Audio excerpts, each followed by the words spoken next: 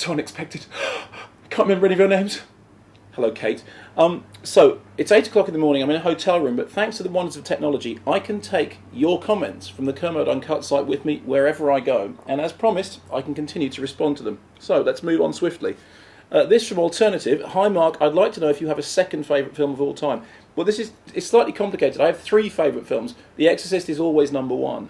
And then the second and third spot alternates between Silent Running and It's a Wonderful Life, with occasionally Local Hero making an entry there. So number one is fixed, and then 2, 3, and 4, Local Hero, Silent Running, It's a Wonderful Life, in no particular order, depending on how I'm feeling that day.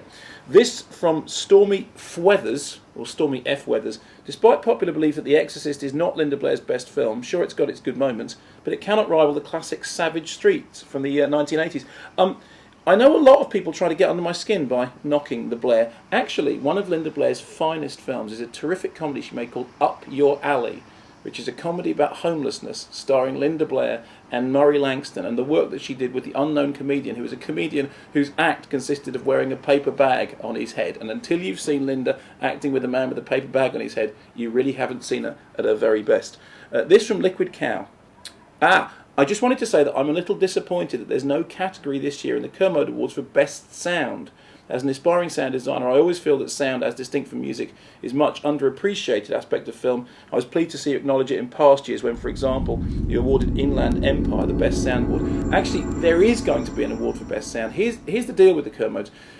There's a sort of limited amount of time on how long I can do the Kermodes on the Culture Show, but I'm pretty much aiming towards a full list. And in fact, I've already chosen the winner for Best Sound for this year.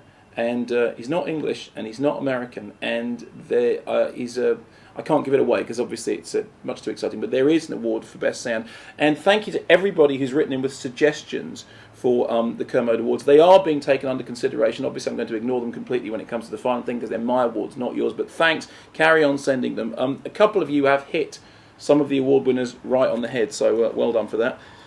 This from King Galactica. Hi Mark, I just read about a film called Iron Sky. Is this true? I know there have been strange films out, but Space Nazis sounds just a bit too far-fetched. Well, now, if you go to the archive section here on Kermode Uncut, which is down here, look for the word archive, click on it, go to the Cannes reports.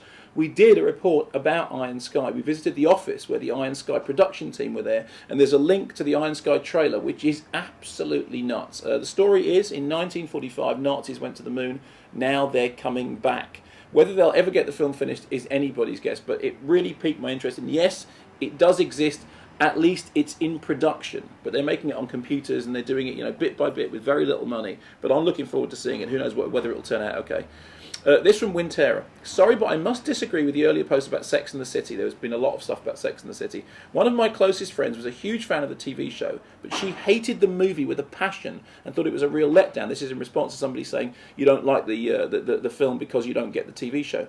She's currently studying quantum physics, and she's no dummy either. I didn't go with her to see it, even though I enjoyed many episodes of the TV series, because I couldn't, in all good conscience, go after hearing Mark's review. And I'm very pleased about this, because I got quite exercised about the fact that many of you had gone to see Sex and the City, despite being told not to. So that was it was nice to hear that people are getting the message. A very simple one here from Novocaine Boy. Mark, how do you wash red Dax out of your hair? I like the hold, but it's a little unforgiving.